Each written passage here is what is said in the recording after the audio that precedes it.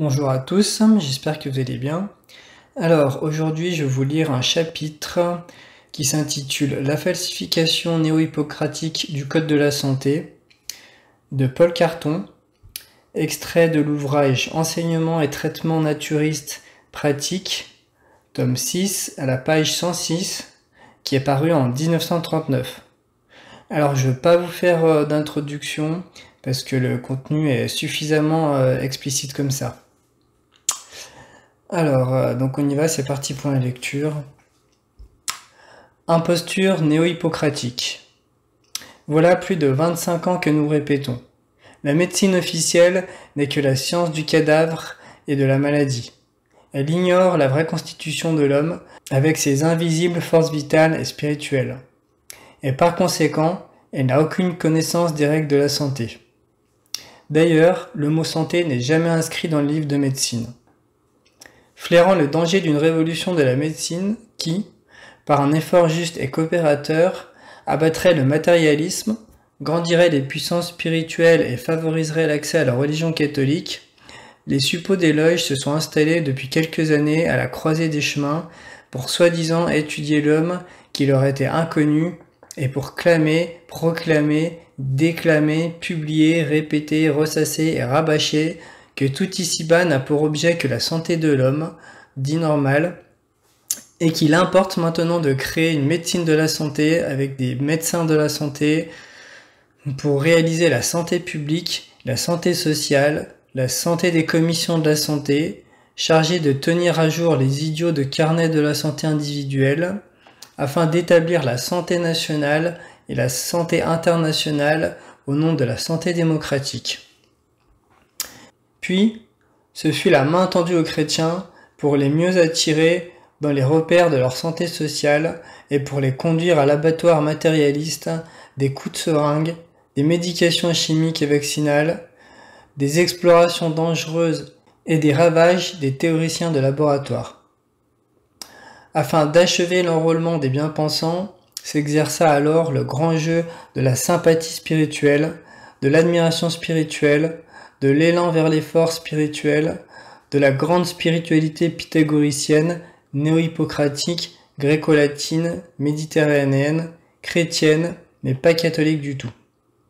Pour répondre à ce dernier point, on les vit brandir aussitôt des grands mots de charité, de renoncement, de sacrifice et même d'héroïsme et d'ascétisme, comme étant autant de vertus que leur nouvelle orientation néo-hippocratique allait insuffler à l'humanité de lente.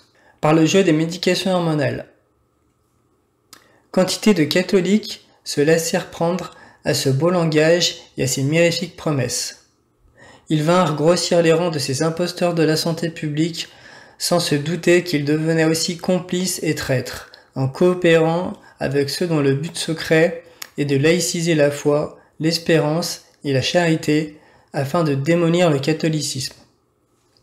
On les vit aussitôt conférencier, palabrer, présider, jouer le rôle d'appelant, placé aux bons endroits pour rabattre vers les pires traitements et au nom de la spiritualité, les masses de malheureux malades trompés et bernés. Certains ordres religieux, eux-mêmes, se mirent de la partie. Ils publièrent des plaidoyers en faveur du corps humain. On y vit alors s'étayer sur qui ? Sur une collection d'auteurs de l'occultisme maçonnique. Et même on eut la stupéfaction de voir invoquer comme autorité suprême des calembrodènes, d'un chiromancien endoctrinien et le livre d'un nudiste notoire. Quant aux conseils alimentaires recommandés par un de ces auteurs, les voici dans toute leur insanité. Gobez des œufs crus, buvez du lait de vache cru, pris au pis, avec sa chaleur de brute, et nourrissez-vous de coquillages pour attraper les fièvres typhoïdes probablement, et de bouillabaisse.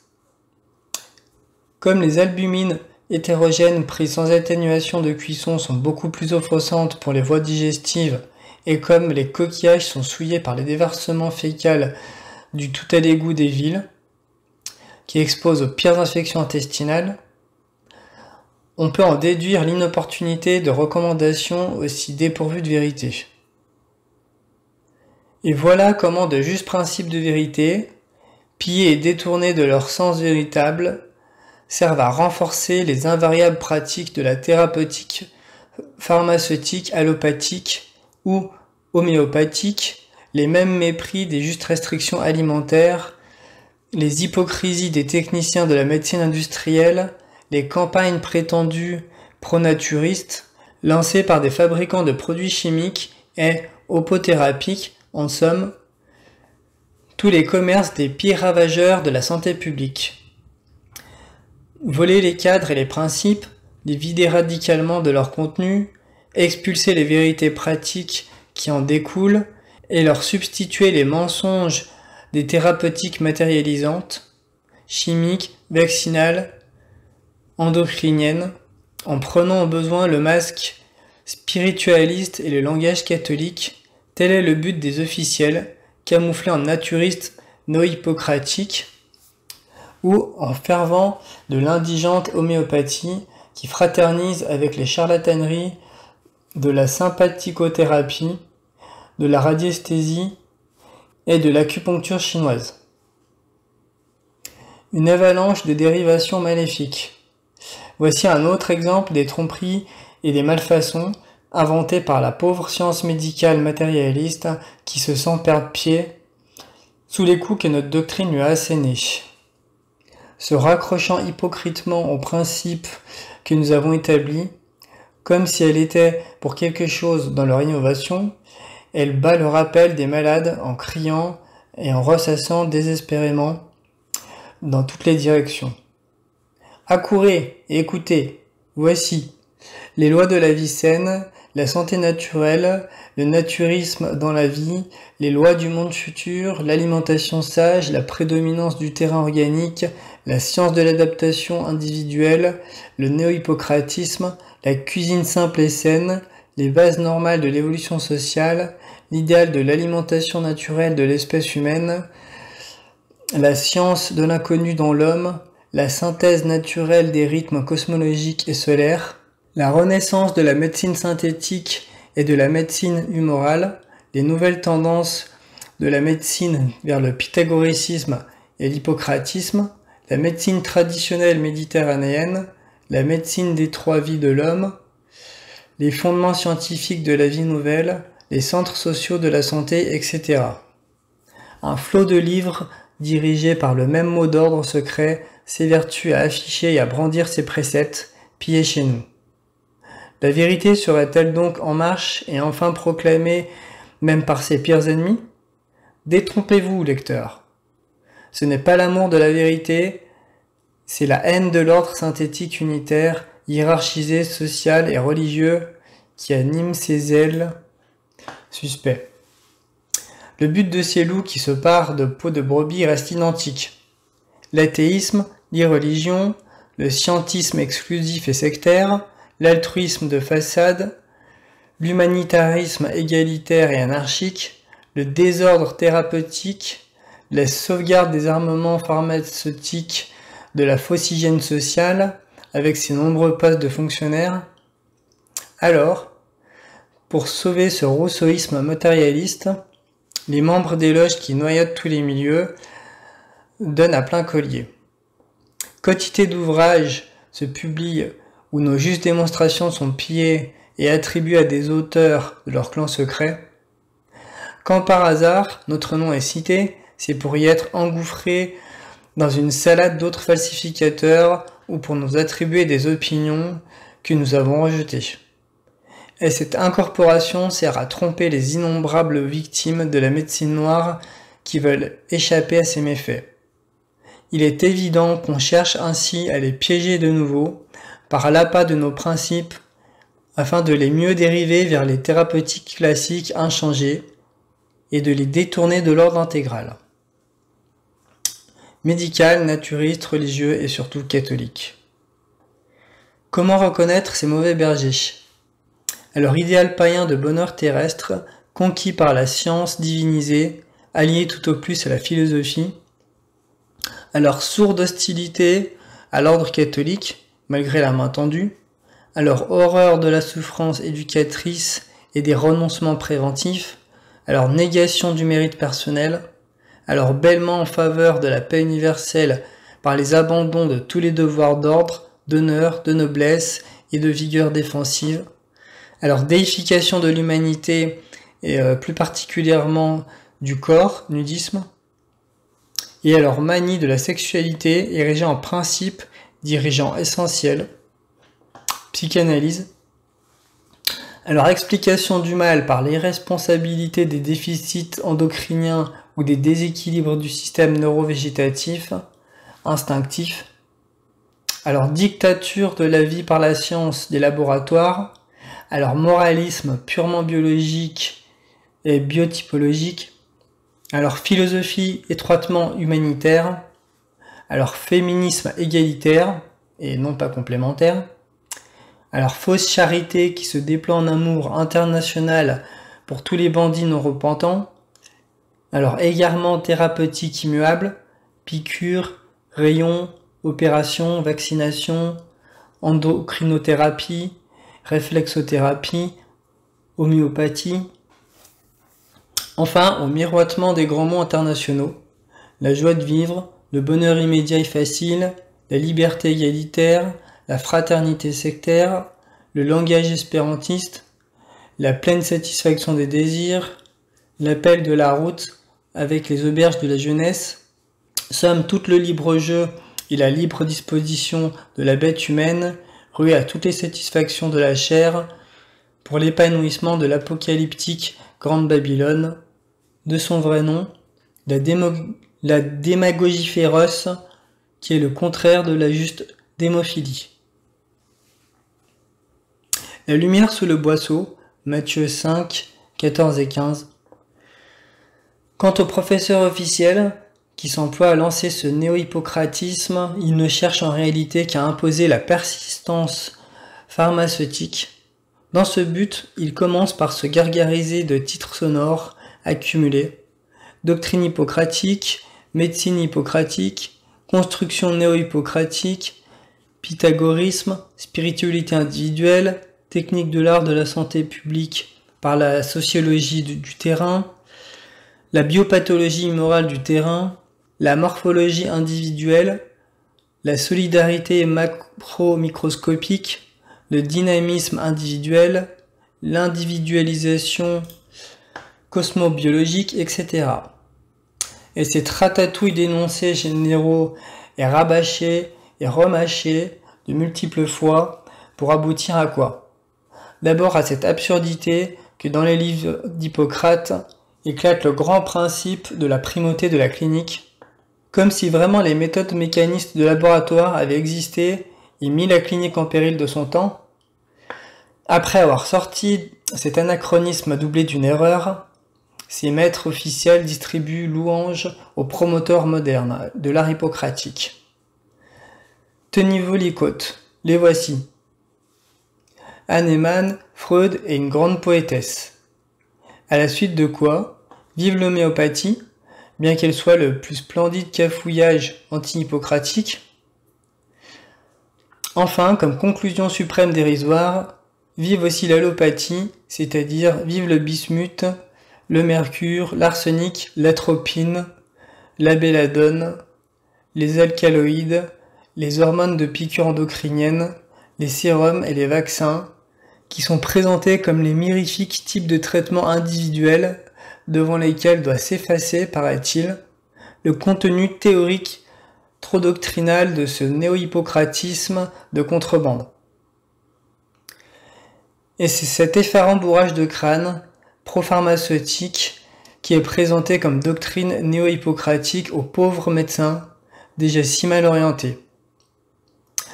Aussi se trouve dévoilé le but.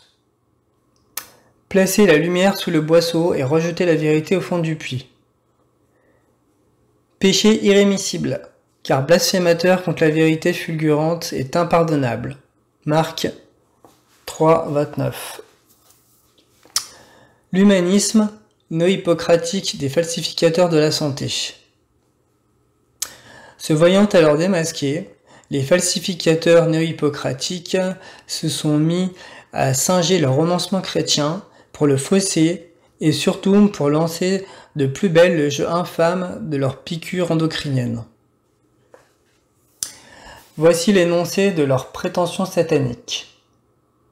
L'inconnu de la spiritualité dans l'homme va, paraît-il, créer un humanisme complet ou transhumanisme intégral et héroïque qui, réflexion faite, s'élèvera jusqu'à la hauteur du renoncement chrétien grâce à une grande découverte scientifique faite par ces fontaines de vérité que seraient la biologie, la typologie et la physiologie, et plus particulièrement la physiologie des hormones, dont l'emploi, on nous l'annonce, transformera la santé, les résistances, le caractère, la mentalité et l'esprit dans l'humanité. En effet, celle-ci, grâce à ces hormones, va enfin connaître ce qu'est vraiment la tolérance, la culture, l'héroïsme et l'amour du prochain tout simplement. Voilà prise sur le fait la dérivation matérialiste et pharmaceutique des fabriques de produits opothérapiques qui se servent du masque néo-hippocratique. Et quelles hormones seraient donc les plus aptes et les plus dignes de rattacher ainsi la médecine à la religion chrétienne et à l'amour du prochain? Mais c'est évidemment les hormones sexuelles grâce au génie freudien de la psychanalyse. Alors, voyons un peu en quoi consistent ces hormones que la thérapeutique humaniste intégrale propose pour régénérer, rajeunir, spiritualiser et guérir l'humanité souffrante. Les hormones sexuelles comprennent la folliculine, la lutéine, la testostérone et 3 hormones gonadotropes. L'hormone gonadotrope A est extraite du sérum de jument gravide. La folliculine est extraite de l'urine de jument gravide et se prend par voie buccale. Quel arôme! Mais elle contient un noyau cancérigène qui, paraît-il, n'est pas de tout repos. Cela se comprend aisément. Enfin, la lutéine est extraite des corps jaunes de l'ovaire de la truie. Cette lutéine s'administre seulement en injection. Et voilà vers quelle répugnante folie sont dérivés les principes de direction naturiste, hippocratique et chrétienne que nous avons édifiés. Détournement homéopathique de la vérité. Les plus acharnés parmi les falsificateurs de la vérité sont les homéopathes. D'après leurs vedettes qui ont pris la parole, salivé et jonglé dans les congrès internationaux du grand tam-tam homéopathique, il paraîtrait que l'on ne peut pas faire de la médecine néo-hippocratique, c'est-à-dire de la médecine moderne, sans homéopathie. Telle est la bonne blague inventée par les pillards des principes que nous avons établis. Alors il faudrait s'imaginer que des milliers de malades que nous voyons depuis 30 ans de pratique clinique guérir rapidement en ne recourant qu'à des manœuvres de traitement surtout diététiques, et à l'exclusion de toute médecine pharmaceutique, homéopathique ou allopathique, sont les victimes inconscientes et inorganisées d'une illusion péremptoire. La vérité, c'est que les petites vaccinations de l'homéopathie, qui jugulent et enferment les déchets humoraux, aboutissent qu'à encrasser, déplacer, fixer, incruster et enfin majorer consécutivement tous les états morbides. Somme toute, la mouche du coche, l'homéopathie n'est qu'une chinoiserie encombrante qui ne sert qu'à contrarier le jeu puissant des manœuvres diététiques, et celles-ci ne peuvent agir à plein collier que si on leur fiche la paix. D'ailleurs, les pauvres cerveaux des auteurs, qui sont les instruments de l'entreprise d'expropriation et de falsification de notre œuvre, ne s'épuisent pas en surmenage mental. Comme c'est facile de rabâcher le renouveau du pythagorisme, le néo-hippocratisme, la vie par l'accord des contraires, le progrès par la synthèse biologique, le retour à la clinique, la réconciliation de l'erreur classique avec la vérité traditionnelle, la synthèse, la croisée des routes, la renaissance de l'humorisme hippocratique, les nouveaux horizons de l'art médical, la spiritualité dans l'homme, la réhabilitation de l'individualité, l'unité des relations morbides, la résistance capitale du terrain, etc., etc., pour aboutir à quoi, grand Dieu? Au mépris absolu des règles minutieuses du régime alimentaire correct, adapté à chaque cas individuel, et au silence radical sur les vraies lois naturelles de vie saine. Au contraire, sous le couvert des justes principes, offerts comme piège aux âmes candides, sévit une campagne étrange qui, menée avec une ténacité maçonnique, méthodique et invétérée, cherche à détourner de la voie sacrificielle, chrétienne, par le refus des abstinences et des renoncements, qui vise à la soviétisation de la médecine ou encore qui sert de publicité à une vaste usine pharmaceutique. D'un côté, en effet, on réclame la création de nouveaux postes de médecins fonctionnaires, organisateurs et contrôleurs des dispensaires de la prétendue santé ou encore de spécialistes typologues, selon le système matérialiste erroné de Sigo. D'autre part, tout ce tam-tam pseudo-pythagoricien néo-hippocratique et prétendu naturiste se mue en retape pour des produits pharmaceutiques anticolloïdaux classiques, vaccinaux et endocriniens. Enfin, quand on démontre d'une façon précise, véridique et implacable la stupidité du système de non-privatisation des choses dangereuses, de la bêtise des traitements de refoulement morbide, on ne provoque chez les défenseurs primaires de l'homéopathie que la réapparition d'affirmations éculées, de falsifications de textes, d'impostures flagrantes et d'injures directes, même de la part d'ecclésiastiques sans bon sens, égarés dans les rangs de ces fardeurs de la vérité. Nous en possédons une édifiante collection. En somme, une crise vraiment diabolique, de désordre d'esprit et de corps, d'hypocrisie collective et de haine de la vérité sévit actuellement. Elle se manifeste d'ailleurs autant dans les cadres politiques que dans les doctrines médicales. Cette période néfaste a été remarquablement prévue et décrite dans ses origines par Anne-Catherine Emmerich. Nous l'avons déjà signalé dans notre livre La science occulte, page 404. Nous en rappelons un passage en le complétant. La troisième sphère présentait un autre aspect et c'était pourtant la même chose, mais à un degré différent. Ici encore, il y avait une église au centre. C'était la franc-maçonnerie et des choses de ce genre. Il n'était question ici que de bienfaisance sans Jésus-Christ, de lumière en dehors de la vraie lumière, de science sans Dieu, de bonne chair, de vie commode, etc. Les gens de ce cercle se croyaient bien au-dessus de ceux des deux autres et s'imaginaient travailler contre eux, tandis qu'ils ne luttaient que contre la religion et laissaient grandir les deux autres dans le sol desquels ils avaient leurs racines. Ces trois royaumes étaient liés ensemble par de triples canaux et par une foule de lignes et de rayons qui les mettaient en rapport. Tous les gens qui les composaient se donnaient beaucoup de peine, mais ce qu'ils produisaient n'était qu'erreur, aveuglement, misère et désespoir. Leurs guérisseurs n'étaient que des palliatifs qui souvent augmentaient le mal en le déplaçant.